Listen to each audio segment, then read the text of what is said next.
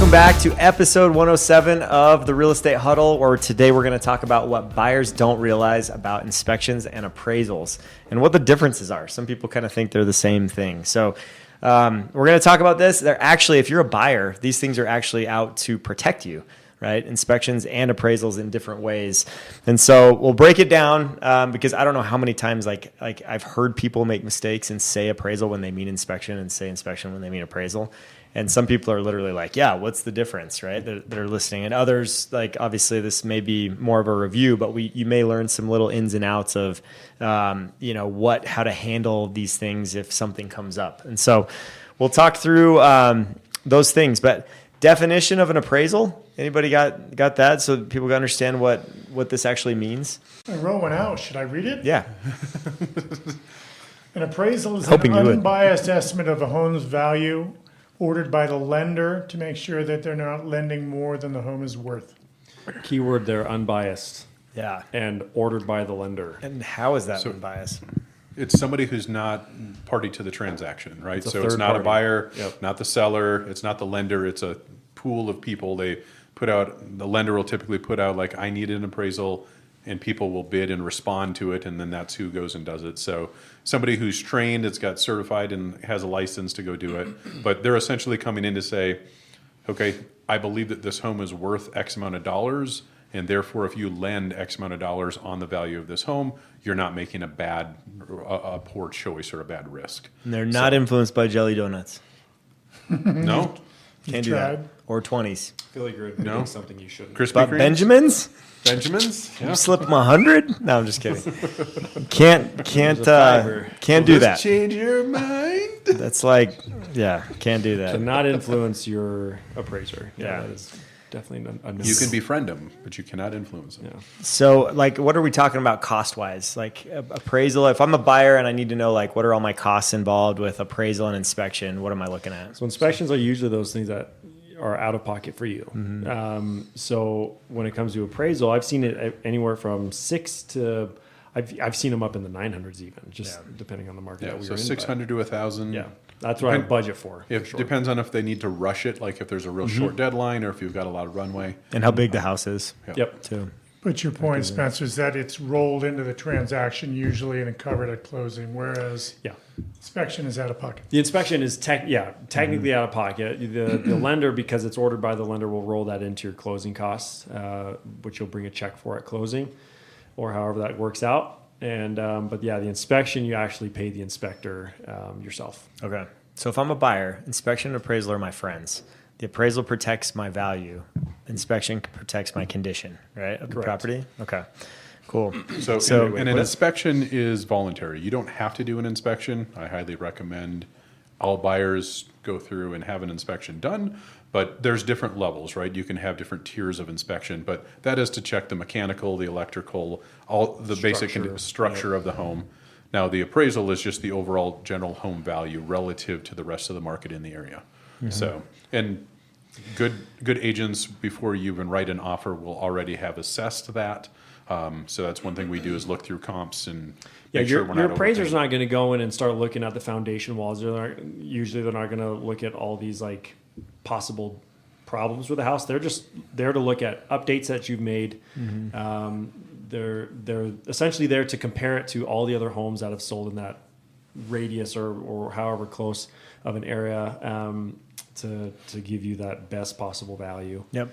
And they have like science for this, right? Yep. Like as far as the adjustments go, like this much more in square footage may mean this adjustment per square foot. Another bedroom may mean this, right? And so we've gotten familiar with a lot of those because I've walked through a lot of homes with appraisers, meeting them as the listing agent on site to let them into a house so that they can do the appraisal. And I've learned a lot just from following appraisers around and understanding how they make adjustments. And that's helped me evaluate properties and comp out properties so that we nail it on our listing prices, because that's pretty important. So when I was new to the biz, I did a CE class, continuing ed class with a great appraiser. Eye-opening, very scientific. And I think when we do our own, you speak like you've spent a lot of time with appraisers, meaning the accounting for this size or smaller. Yep. So it's very scientific, and that's comforting. Yep. It's math usually. Yeah. And they take a cost approach and then a market approach, right? So the cost approach is like, what is the value of the land? What's the value of this home that's built, right? And what adjustments am I making to get to that value? Where the market approach is more based on comparable homes. And so they usually just need 3 really good comps. That's what they need, but they'll use about 5 to 6. And they've got to convince an underwriter, right, that's lending on this home that this home is actually worth the value of the home. And if they can't do that, if they can't feasibly come up with that number and the adjustments are showing that this home should not be worth this much, then they'll come in low on value. And what happens when that happens in a real estate transaction? I think a lot of us have been through that. That's a great calibration session for the seller to understand that their home is not worth that much, and an independent person is surveying that. And typically that means another negotiation. Yeah. Well, or it means you walk. The buyer Yeah. can walk if they can't cover that. Because you You can't, can negotiate, and that often happens. yeah, in a very competitive market, there's a lot of people Yeah. waiving appraisals or, not even giving themselves the opportunity to have a negotiation or discussion if the appraisal comes in low. Or they're doing appraisal gaps that says, hey, I'll give $100,000 because I know that this house may not appraise for the price I'm paying for it. So that's typically when you see the market running up, but in a market like we're in now in Denver, the appraisal is a strong number. So, Yep. So that's the third option: is the buyer has to make up the difference. Yeah.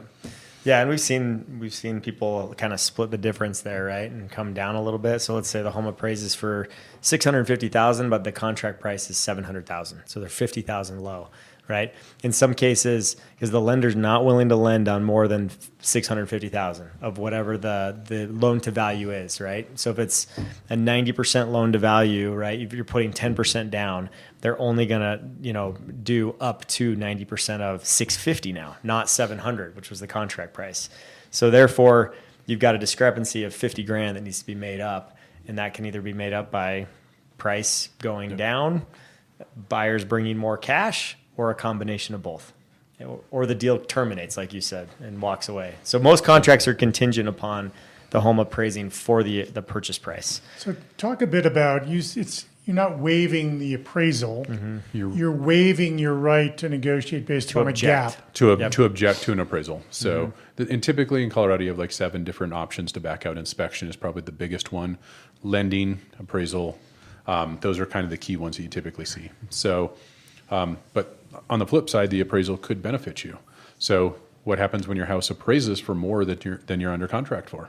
Got equity in the bank. That's equity in the bank. So I had one that was a really weird deal where we got the contract on, but we didn't close for like several months later. And in that time, another one of the units in the same area had sold, and it was like $27,000 more. And oh, by the way, now your 3% down payment is more like a 7% down payment. And you just made that kind of money by being patient. And I've had some others that have appraised where just buying the home gives you a 9 or 10% down payment, which is Well, but we were talking about 2 years ago. The waiving that gap was common. almost every transaction because it was competitive and you couldn't afford to lose. Now, balanced market, I think we're doing an appraisal on almost every home. Yep. Yeah. So let's compare that with first logistically, like during an appraisal, nobody can be there except for the homeowner, the listing agent to give them access, and the appraiser. That's it. So buyers can't be there. Buyer agent cannot be there to influence the appraiser, right? So that's a really important thing for people to know that may not realize, but the listing agent's able to be there just to grant access and can show them some of the comparables or some of the comps that he used to price the home, he or she. And so appraisers are not exactly overachievers. So they don't really try to like come in high a lot. So when it does come in high, like you mentioned, Brock, like that's uncommon. That means it's like blatantly like you got a good deal, right? So Your agent worked really hard for your price. I mean, almost every time it comes in right at the contract price. I would say 95% of the time. Or $2,500 under the contract price just because they know. Right. We've had that too. Because again, they have to convince an underwriter, right? And they don't want to go through brain damage of, having to work too hard. And so that's why that's the case. Here's the other reason why the appraisals are an important step in the process. There were times back in 2008 and around there where people were lending way more than what the home was actually worth. So essentially the bank was underwater whoever purchased the property was underwater to begin with. So the lender was never able to recoup their cost. If they lent $1 million in a house that was only worth $500,000, they were going to be out that $500,000. So they just didn't want to have to deal with that, plus the cost and the fees of going back and relisting the property. So it's a protection for the lender. Yeah, definitely. So that usually happens like 2 to 3 weeks into the contract process. The inspection happens during the first like 7 days typically. And so when buyers hire an inspector, they can actually choose who they hire. It's not just like the lender that orders the appraiser. The buyers can choose based on who they want to hire, who has good reviews. I think that there are some people that are like in the construction world that are like, I'm just going to have my general contractor do it, or I'm going to do it myself, or I'll have my uncle do it. He knows what he's doing. He knows his way around a house, you know? And so we've seen sometimes that'll work out okay, depending on who your uncle is. Yeah. Other times it's a disaster and they miss all kinds of things because they're not trained to look through a house like an inspector is. So I would just hire a professional inspector is our recommendation always. But if you have a contractor friend, have them come to the inspection and see if there's a second opinion or something they may have missed. But a professional that is licensed, it's going to go around and do the inspection, is going to give you your best bang for the As buck. buyer's agents, we're pretty good. We're not that good, but we're pretty good to have around. I tend to be there for my inspections, at least for the first 20 minutes and the last half hour to get the regroup. Anyway, but you're saying you usually know before you're under contract the age of the, furnace, status of the AC, how old are those windows. Yep. And buyers are encouraged to be there during the inspection as much as they can be to understand the house a little better. Yep. The other thing that people don't realize is that the inspection, so we always just hire, a generic inspector, and there's a couple inspections that you can do with that inspection. Typically, they'll do just a general home inspection that includes like your roof, your mechanicals, structure, all that kind of stuff. And then typically they'll have add-ons like sewer scope, which we always recommend you do. And then in Colorado, especially radon test to see where those radon levels come. But that does not mean that you are strictly bound to just those inspections. If you want to inspect for asbestos, you can do that. If you want to inspect for lead in your paint, you can do that. In that inspection period and per the actual contract to buy and sell real estate, currently, it states that you are able to perform whatever inspection is necessary for you to move forward on that home. So don't think that it's just limited to this. Now, keep in mind,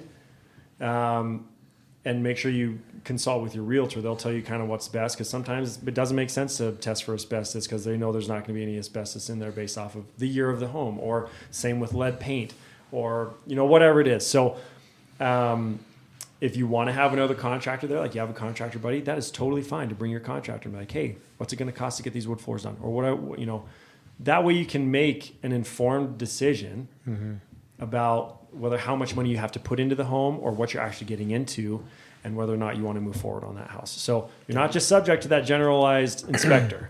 Keep that in mind. Like, you have a wide array of inspections that you could do. It's going to cost you a lot of money to do it. But Yeah, I've seen homes that I knew had previous flood damage, and they remodeled and did whatever. But as a known issue with a home from the seller's property disclosure, we went through and like, okay, we got flood damage and we've seen some other things. So mold testing. Oh yeah, big ones. They did a great one. This is the coolest technology that I've seen, is they used a FLIR, an infrared camera, and went around and ran all of the water, the hot and the cold, and went and traced all the pipes. And we found 2 spots where there were nail holes where the trim was put through the copper pipe. Yes. And we found that at inspection. And it was one of those things that you go, okay, and we normally would never have found that because it was a small leak, but it was enough because we had that infrared and you could see the drips coming off of it. So very cool. Well, it's interesting because I had an experience. And there's in Colorado, there's certain areas where structurally you may not be as sound as some other areas just based off of the soils and what's in there. And so I've had maybe 2 or 3 clients where we knew the neighborhood we were in and what it was kind of known for. and we brought in a structural engineer to check it out. And on one of those, the structural engineer's like, I don't know about this one. I don't know if I can sign off as this one being like, That was the lesson I learned. yeah. I don't know, But that's like, that just saved that client hundreds of thousands of dollars. Yeah. Yep. Big Potentially. Because, like, I mean, when you're talking about foundational repairs, that is not a cheap thing at all. Nope. So, and it's not something that you just want to deal with at all. I mean, you typically with that kind of stuff, you're gonna have like movement in the floor. Your door jambs are gonna be crooked. Your doors aren't gonna close at all. You've just got, I mean, you could put a marble in your house and it's gonna go to one side of the house. It's just Yeah, That's windows something I'll don't deal with. open. Yeah. Now, on the flip side, a home that is in that one of those areas that has already had those repairs done, the cool technology is knowing which company did the structural repairs. They'd come in and do like a LiDAR scan of the home. Yep. And that same company can come back and do another scan and say, okay, it's moved this much, or this is what's happened over the course of the last 5 years or 2 years or 10 years, whatever it is. So technology is really getting there where you can have some confidence that the repair was done properly. Because I don't know about you guys, but I've seen structural repairs come back at, $5,000, we'll just shore this up and we'll be good. And then the next person's like, $180,000, we got to excavate all of this. you got to put helical pillars under all of your foundation. So they can Multiple bids. So, and those are things that even through a normal inspection, you may get like a red flag, like, hey, there's a problem. Then that's when you open up that window to bring in a structural engineer to go do extra. Yeah, So, and I know it sounds like a lot, like all this inspection stuff is like, well, that's kind of scary. But we tell you this because as realtors, our responsibility is like we have a fiduciary responsibility to you guys, obviously, and then on top of all that, it's more of like we're creating a relationship to hopefully where you can trust us, and we want you to be comfortable in your home. That's our ultimate goal, is for you to find success in this transaction, and that success usually comes in the form of like, I feel comfortable moving in here. Yeah. And if it takes a couple inspections to get that done to make you feel good, we will get those inspections lined up for you, and we'll get all those reports, and we'll go through the data with you. Like, we will hold your hand every part of the way here. But yeah, I just thought that was important to mention because a lot of people are like, oh, do you have an inspector? Yeah, we do. Yep, he'll do all this and this and this. And then sometimes they don't even realize, like, well, should we bring another inspection? And But we get, so important to have. this is the way I think about it. Step back a picture. Like, first thing when we're buying a home is, you can see a lot of homes, you're going to fall in love with homes. We're going to find one, we're going to negotiate the price of the home, right? That is the market talk in, it's a negotiation, and you get under contract. And that's a big, important part of it. The next major one we get is based upon the inspection. yep. Where now we get a lot of information that we wouldn't otherwise have, and it becomes a secondary negotiation. Now the seller says, but wait, I gave you, separate the two. Like the market says what you're worth. Now we're looking at things, and we haven't talked about it so much, safety issues, like radon, safety problem. yep. Loose banisters, safety problem. So even in the inspection itself, the way we will put it to work is that we're going to have a section for the safety issues, which are kind of non-negotiable, is how we want it to feel. And then a lot of other stuff that we're going to gather feedback that to get this house in working order, we need to do X. Yeah. Anyway, but now we're working from real, new, timely data from an expert. Yeah. And that empowers us to do another round of negotiation, which sometimes is nothing. Sometimes you buy a beautiful home. Yeah. Usually, we've got to dig in and get something more out of the seller. Yeah. Yep. Definitely. And the nice thing is the inspectors we've worked with come with a significant documentation with that. We also, it's very logical in how it's put together, but also the requests, right? We try and simplify that process to get you the most value. I remember the first transaction I ever did, the house was listed with air conditioning or central air, but it didn't actually have an air conditioning unit. The furnace was really old and not working. And then the electrical panel would not accept, didn't have a spot for another breaker to put the air conditioner in. So as we did that, it turns out that the listing agent was actually the owner of the home. So like there was no plausible deniability here. So, and it ended up working out where we got an electrical panel and a new furnace and air conditioner, central air, all in one package for, a $200,000 townhome. And Yeah. I set the bar pretty high for the first one, so it worked out pretty well. But You said a couple of things important there. Like we talked about the seller's property disclosure. That is them sharing with us things that they know about the home. The flip side of that is we almost always provide this inspection report to the sellers along with what we're requiring. It's a very transparent. It just can get emotional and difficult because a lot of dollars in play, but And it's very transparent. emotionally for a buyer, that is by far the lowest point in the transaction, because there's nothing worse than the wow of seeing the house for the typically 1 hour showing window and like, yeah, okay, we're under contract. Oh, great. And then you go in there and you get a 80 to 100 page report that says, here's all the things that are wrong with your house. And then you're like, oh boy. So it is an emotional low point. So just be aware of that going in. Good way to say it. Well, yeah, with that, on top of all that, you have to understand when you get your inspection back, right, you're going to see this, 70 to sometimes 150 page report with all this stuff on it. And you're like, I want it all fixed. Or I'm scared, I'm running away. Yeah. So let's put that to bed. You're not going to get it all fixed. Mm-hmm. There are things with houses that are just normal wear and tear, right? That just come with the age of the home, or even brand new homes. You guys, like if you get an inspection on a brand new home, there will always something's always going to come I've up. actually had some brand new homes that have a worse inspection report Yes. than a 20-year-old. Yes, and I could name those builders right now. Yes. I won't, but start I know with- exactly who you're talking about. But here's the thing is you have to kind of separate the I want it all done from the what's the most important things that we need to look at here. Like the safety issues, the big ticket items like your roof and your furnace and your AC and plumbing issues and radon, whatever it is. But when you've got a chipped outlet cover, really, are we gonna nickel and dime that one? Probably not. And making sure you understand the expectation going into it after your inspection and what we're gonna submit as our objections is really helpful. So not only can you regulate yourself emotionally when this report comes out, but also so we can have a successful alley or avenue in which we can get you some more money or get you things fixed that really do matter. So who got to deal with the 26-page inspection objection? I think there was someone on our team that had to deal. I've had 26 I've had 26 Items? items. Items? I've Okay. had, maybe So- it may not have been 26, but we've had laundry lists before. So here's the general process.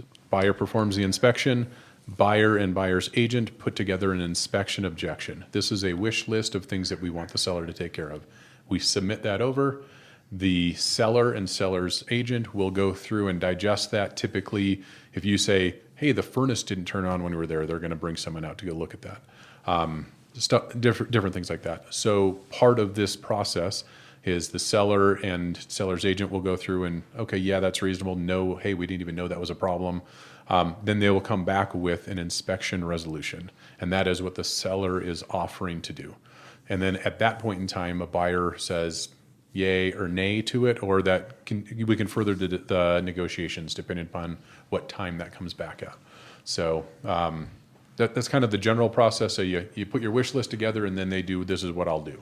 And then from there, it's really going through it. And in the meantime, the agents are talking back and forth over and over again to try and, like, if it's really a long list of items, it's like, hey, these are really important.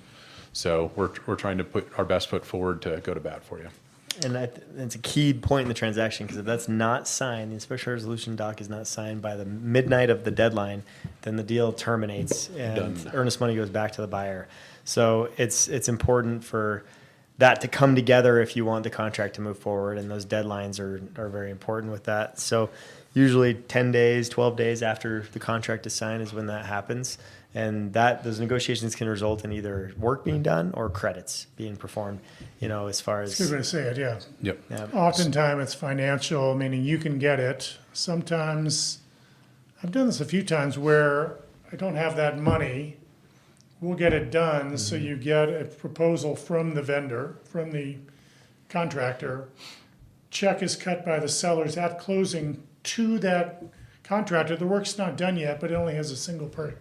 Yep. Sometimes that's more comfortable to the seller than writing a check that you may just put in the bank. So one thing that is kind of misunderstood, all properties in Colorado are sold as is. Some people will list it as is, and I think that's their putting their foot in the door to saying, hey, we're not inspection items we're not going to deal with, right?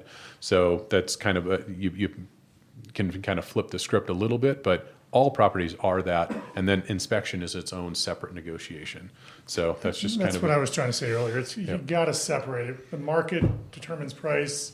Like here's a real life example, right? We've talked in the last 20 podcasts, the market is favorable to the buyers, right? And that reflects itself in a lot of ways. So here's a home that's been on the market for 90 days, right? They're already living somewhere else paying 2 rents. So they're anxious to sell. So that's a great opportunity to get it at a certain price, which I think we did. Super, check, we're under contract. Then we get the inspection back, and there was quite a bit. It was a sewer issue. Like sewer issues are big ticket items, radon issue. So we asked for what we needed. Some of this was maybe pie in the sky, but most of it was safety related. They came back at half what we asked, so we terminated. Well, they don't want to go back on the market. They've been on the market for 90 days, so next 24 hours, we got everything on our wish list done. That's the market driving it way more than anything else or any great negotiation I did. Yeah, if they have 4 offers on the property they're trying to sell, the negotiations and inspection, you lose a lot of that leverage. But if they haven't had one offer in 90 days, you got a lot more leverage. So as buyer's agents, we do both, but as a buyer's agent, we've had some tough times. So Right? And then hard, when you're competing. Now, it's not a bad time to be representing a buyer. in sometimes I've seen values of $20,000 to $30,000 for inspection objections and resolutions.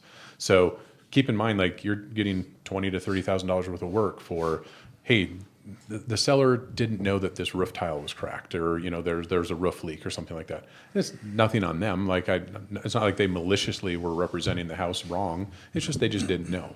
So yeah, it's something that needs to be taken care of. But there's a fair amount of dollar value out there. So HVAC systems, roofs, like you can get a lot of stuff in there. So that's why it's a separate part of the process. So that's why buying at a time where it's a balanced market really gives you a big advantage. And that creates a way better homeownership experience. Going back to your nail through the copper pipe example. I mean, Yes. avoids headaches. If there's ever a time where, I think now is probably the best time we've seen in a long time to, as a buyer, to be able to negotiate a lot of stuff right now. It's like, this is November 2025, just to put a timestamp on it. Right now we're seeing, rates are a little bit high. Home values are a little bit high. But sellers are suffering big time. So if you're even looking or even have a thought to buy right now, jump on that freaking wagon. Because what we've got in store for you is we're going to negotiate really well on the price of the home. And then the inspection comes in, and we're probably going to get a lot of good stuff on the inspection. And you're going to be super, super happy that you bought now instead of once rates drop a little bit here in the near future. Mm-hmm. So keep that in mind. When the market changes, we're in a seller's market right now, which is great for buyers. Excuse me. A buyer's market, which is great for buyers. If we shift over just a little bit in the rates, we're going to see that change quite a bit. Negotiating what you want isn't going to be as easy as it is now. You lose your leverage. So take that for what it's worth. Yeah, definitely. And just two quick things before we wrap up. On appraisals, usually if a buyer has 20% down or more, a lot of times lenders are waiving that and not even doing an appraisal. It's just like a desktop drive-by appraisal. That's a change that's been in the last couple of years that we've seen. And then on the inspections, how we handle those as a team, typically we'll recommend getting a standard inspection and that with a professional inspector, and then getting a radon test and a sewer scope. And the sewer scope, the reason why you do that is it's $165 to do a sewer scope typically, and then it can save you $10,000, right? If there's a problem with the sewer line, it can be a big deal. And then on a radon test, it's your only chance to get the seller to pay for the radon, but there's like a 68% chance that the radon is going to test high in Colorado. Ever since the EPA, the Health Administration Office, lowered the acceptable rating from 8 to 4 picoliters per unit on radon, which is an invisible gas that comes up from the ground and is the second leading cause of lung cancer in a lot of people's eyes. Subject to opinion, but it has been proven to be harmful scientifically. And so that is something where it's your only chance, right? To ask for that to be tested at the inspection time frame. 24 or 48-hour test, it comes back 2 days later and and then you can ask for it to be done by the seller. And that's about a $1,500 cost to $2,000, depending on if you have a crawl space or not. to piggyback off that, I know I mentioned earlier, like you can get all these different inspections. 97% of the time, maybe even more, that type of inspection is all you're going to need. Yeah. And the inspector will tell you if he recommends you do something else. Right. But like I should have mentioned that before. Going after all these different types of tests, like you'll spend thousands of dollars and it may not even be necessary or relevant. Right. That's why I'm like, okay, lean on your realtors and then your inspector as well. Your inspector will say, you're probably okay, or yeah, I'd probably have someone else come and look at that. And typically that's going to be like a roofer or like maybe a structural engineer in the worst case. Typically you're not going to get a bunch of mold stuff and you're not going to need asbestos and lead paint testers and all that. Those are like extreme cases. So let me make that clear. 99% of the time, I'm going to change it. 99% of the time, you're just going to need that general inspection. And here's a sense of urgency, though. You get under contract, try and get that initial inspection done right As away. soon as possible. So you have enough runway should you need a structural engineer or something else too. Because those amendments are just a headache. But if you have to, you can ask for an extension. If you communicate properly ahead of time, then usually that's granted if you need time for extra tests. So awesome. Well, we've covered it. You know all the ins and outs of appraisals, of inspections. Hopefully this has been helpful, especially if you're going through the process right now. But if you would like to go through the process and get into a home and you need to work with somebody who knows all of these ins and outs, this is all based off of our experience of real transactions that we've gone through. We actually didn't prepare for this one at all, and so this is completely So many just inspections we've been through. And how many home improvement projects experience we've has done. taught us a lot on these things. So we're happy to guide you through this process as well, and would love to help you. So feel free to reach out if we can help you in any way, or if you know someone who we can help. And we appreciate you listening, and we'll catch you on the next one.